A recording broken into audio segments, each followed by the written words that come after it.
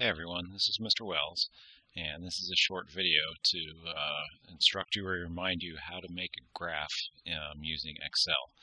We're using Excel just because most people have that at home and it's easily accessible. So the first thing I want to do is I have data entered here, so I'm going to make a graph of speed versus time. So whatever goes in the first column is what you want along the x-axis. It should be the independent variable, and whatever is in the next column is going to be along the y-axis.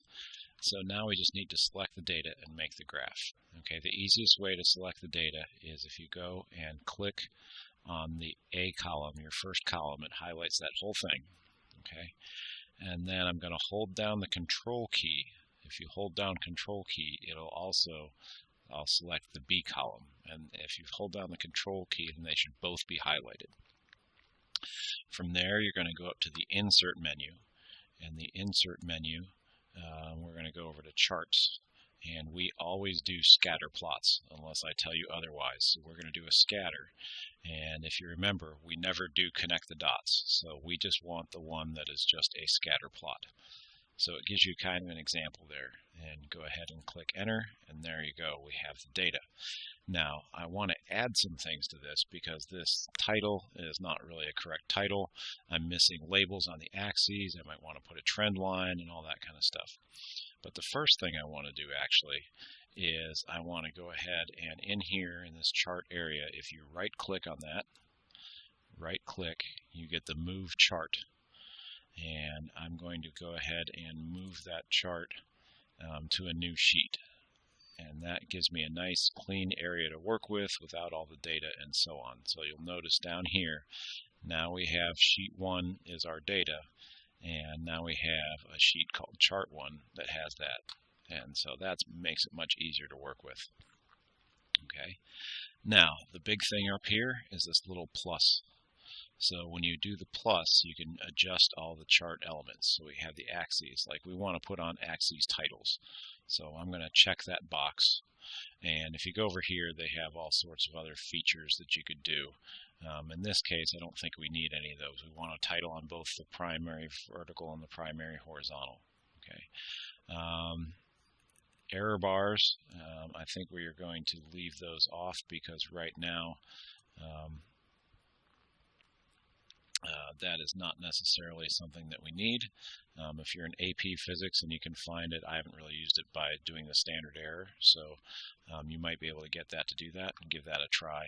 And we don't need a legend, okay, but another thing that you may need is a trend line. So here I have linear data, and so I want it to add the trend line. So I'm going to click on trend line, and I'm going to click over here so you'll see it draws in the line for you. You can decide which kind of function you want to fit there. So obviously if it's linear, I want a linear function. But I'm also going to click on more options because it does one more thing. You have different options that you have in that. But if you scroll down on here, then you can see I usually like to display the equation on the chart. So that gives us down here, it gives us the equation for that line, which we are often interested in. Okay, so once I have those, to change some of these axes and so on, you just need to click on things or double click. Actually, if you click twice, it'll now let you do that. So this, the way I have it titled, would be speed versus time. It's always what's on the y-axis versus what's on the x-axis when you title a graph. Down here along the x-axis I had time, so I want to do that. So I want to go ahead and call that time, and in parentheses I want to use the units that it was measured in. So let's say I measured that in seconds. You can do the same thing over here.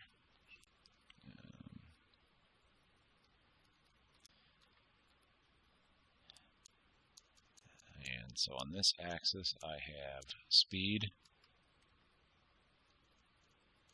if I can spell correctly, speed, and that was maybe meters per second, something like that. I could also highlight that. If I hit Control A, it'll highlight that, and maybe I want it to be a little bigger or bold or something like that, so you can change the font size.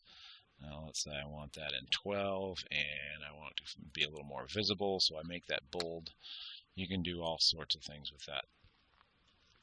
So once you get it the way you like it, and this is pretty decent, okay, there may be times you want to add some other things, but once you have that, then when you click in here, you can easily copy it and paste it into a Word document. So if you are creating your lab report in Word, it's really easy to cut and paste a chart in there. So that'll make your lab report look fabulous and make sure that you have your graphs done correctly.